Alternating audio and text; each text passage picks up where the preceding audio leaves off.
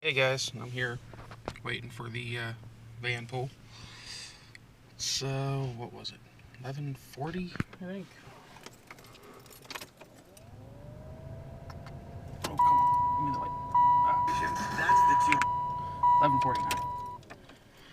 Sorry about that. No music.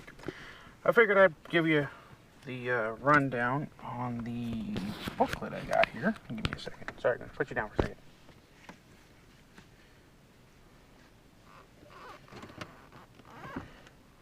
Oh, there we go.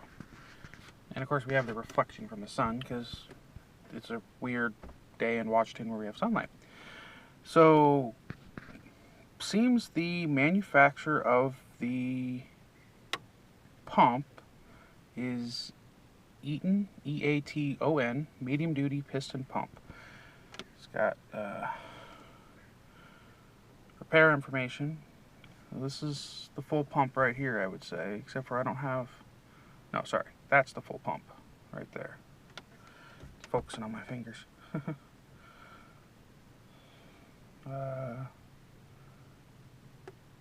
For the 70145 pump, 32.6 centimeters, 1.44 inch displacement, variable displacement piston pump.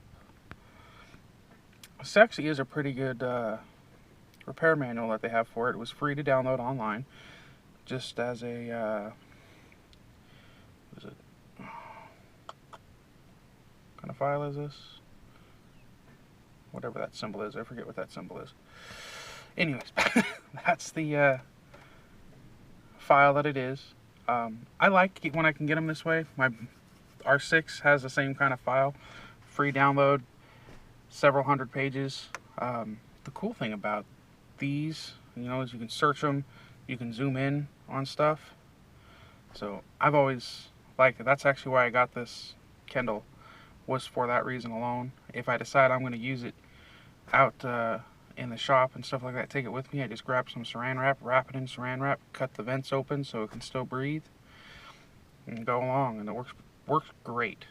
I actually really enjoy doing this because it's right there with me. Of course, you risk, you go to set down a hammer and crunch, and luckily I haven't done that yet. Identification and tools required. So let's see, 70145, with or without gyrator? Gyrator. I think I do have that. I think that was maybe that's a little orange thing that's on the end of it. Single pump product numbers, tandem pump product numbers. When you get down into here, it gives you the full breakdown. I'll zoom up a little bit here. So you got how the shaft goes through, what all the seal numbers are,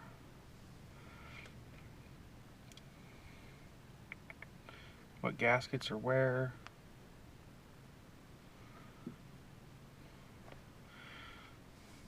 This is the back half of it. We saw when I took it apart. And I didn't tear down into this. So like this side on the pump I got, this side here is just a cap. Whereas this side is actually where hydraulic line comes in. I think the bottom portions are caps on it. Oh, I apologize. This is what I was looking at. So, and there's that gear system. This was able to I can make sure that I put the gear system in right here. That guy there.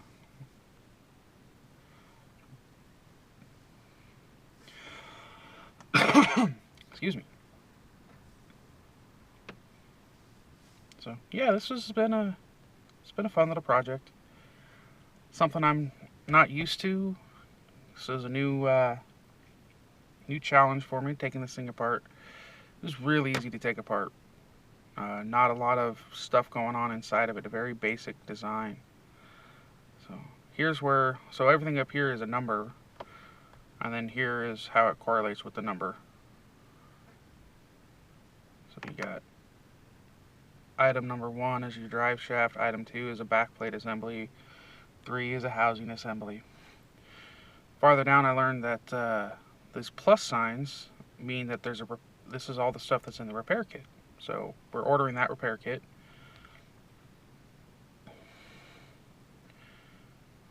Which I'm probably not even going to use everything because I'm not tearing it necessarily all the way down into the smallest bits and pieces. I might go ahead and do that since I'm going to have the O-rings for it and everything. I mean, there's no reason not to, I guess. Since I have it apart, I should do it now rather than later. Discusses kind of the basics of how you disassemble and then reassemble. Appendix A, change pump adapter assembly. Sorry, charge pump adapter assembly. Rotating kit assembly. This is that cylinder piece I was looking at. Where it looks, I don't know, to me it looks like the inside of a revolver. But I like guns, so I guess most things do.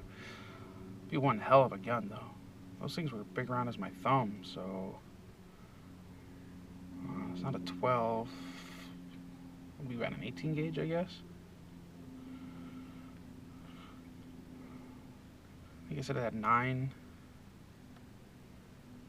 of these. 1, 2, 3, 4, 5, 6. Yeah, 9.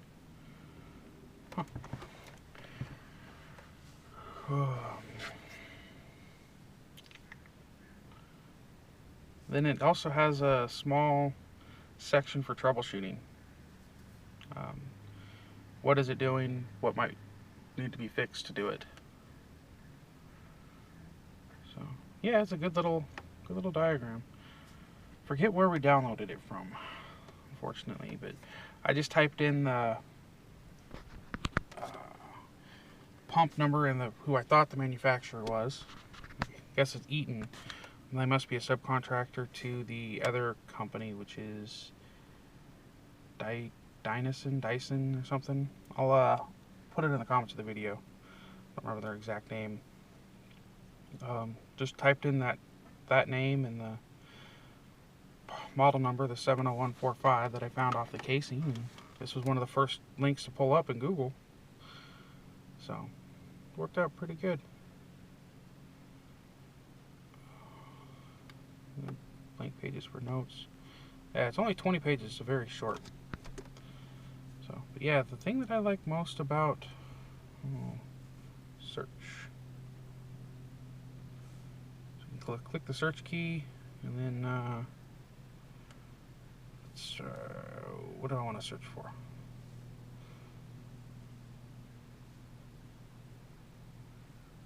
Let's do a pump and go.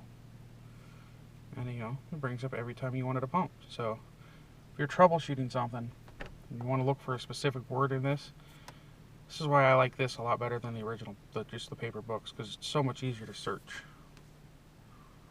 So. Okay, well, that's it for this video, I guess. Oh wow, almost 10 minutes. I yak too much. I'm hoping this continues to go pretty well and things go together easily. So I'll paint it all up and clean it up real nice. I didn't mention, I should have said that, you know, as I was painting this back piece here, which is what you saw today. There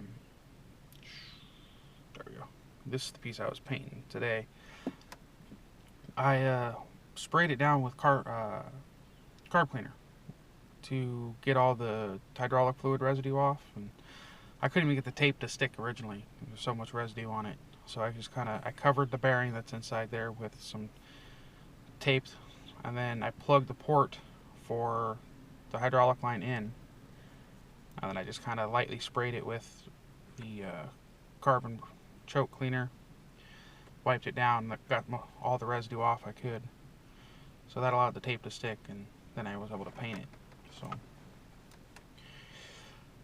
it's one thing you got to watch for when you go to paint is oil residue. If you don't get most of that cleaned off, then the paint will just peel right up and you wasted your time in paint. So yeah, there's that. This is the other piece I'm going to paint today. I have to figure out how to get this part disassembled. I had tried and it seemed like it was let's